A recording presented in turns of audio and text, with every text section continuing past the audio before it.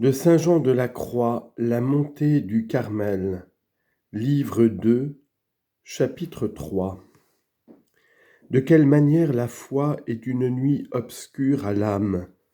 On le prouve par la raison et par l'autorité de l'Écriture.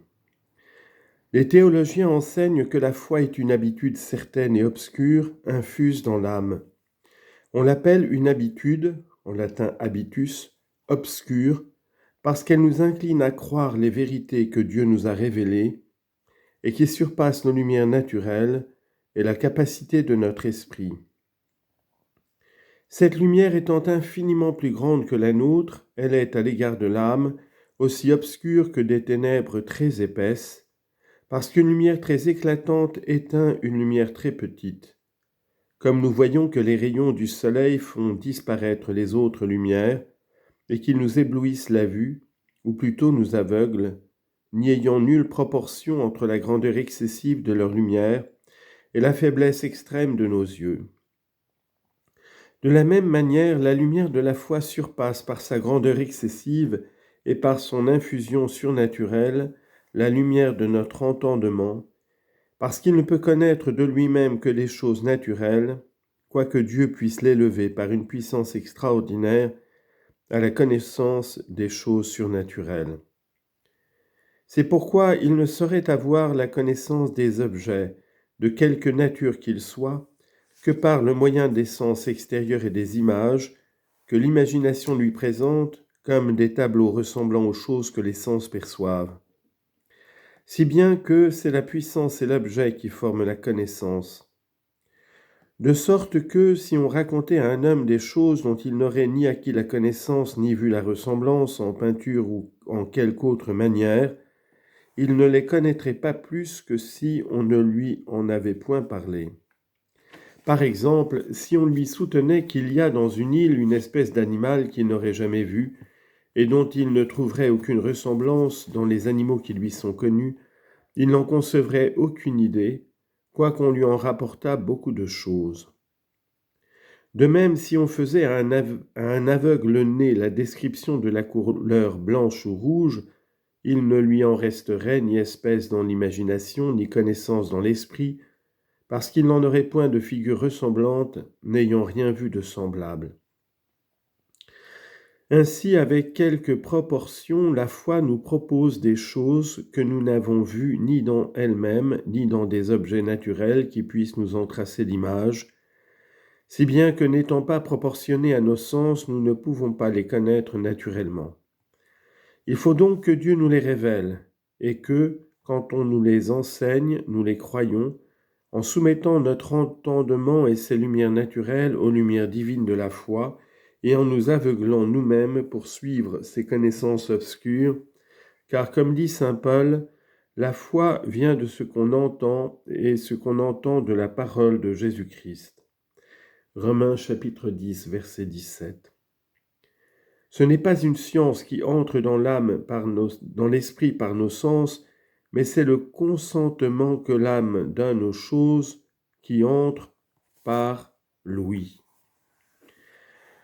Cependant, les exemples que nous avons rapportés ne font pas assez concevoir combien la foi surpasse notre entendement. Il est constant qu'elle est beaucoup plus élevée au-dessus de nos lumières naturelles que nous ne l'avons fait comprendre. Car bien loin de nous donner une science évidente, elle surmonte tellement toutes nos connaissances qu'on en peut juger comme il faut, quelque parfaite contemplation que nous ayons. Nous parvenons aux autres sciences par la lumière de l'entendement, mais il est nécessaire de renoncer à ces lumières pour obtenir de Dieu la connaissance que la foi nous donne. L'entendement s'obscurcit même par sa propre lumière, afin d'être éclairé des lumières de la foi, selon le langage d'Isaïe. « Si vous ne croyez pas, dit-il, vous ne persévérerez pas. » Isaïe chapitre 7, verset 9. Il est donc constant que la foi est une obscure nuit au regard de l'âme, que c'est par cette obscurité que la foi l'éclaire, que plus elle l'obscurcit, plus elle lui communique ses lumières et ses connaissances, car pour reprendre la pensée du prophète, la foi l'éclaire en l'aveuglant, puisqu'elle ne l'élève à l'intelligence surnaturelle des choses divines que par la créance que l'âme y donne aveuglément. Ainsi la foi est très bien figurée par la nuée qui couvrait les Israélites en entrant dans la mer Rouge et qui les dérobait à la vue des Égyptiens lorsque ceux-ci les poursuivaient. De sorte néanmoins que la même nuée éclairait ce peuple fidèle et qu'elle était tout à la fois ténébreuse et éclatante.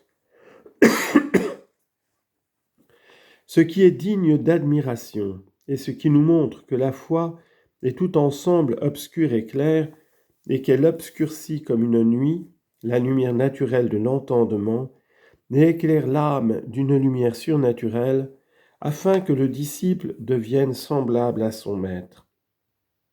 Exode, chapitre 14, versets 19 et 20. Car l'homme, vivant comme il vit dans les ténèbres, ne pouvait être illuminé d'une manière convenable que par les ténèbres. Comme le prophète roi nous l'apprend par ses belles paroles, le jour découvre la parole au jour, et la nuit enseigne la science à la nuit. Psaume 18, verset 5.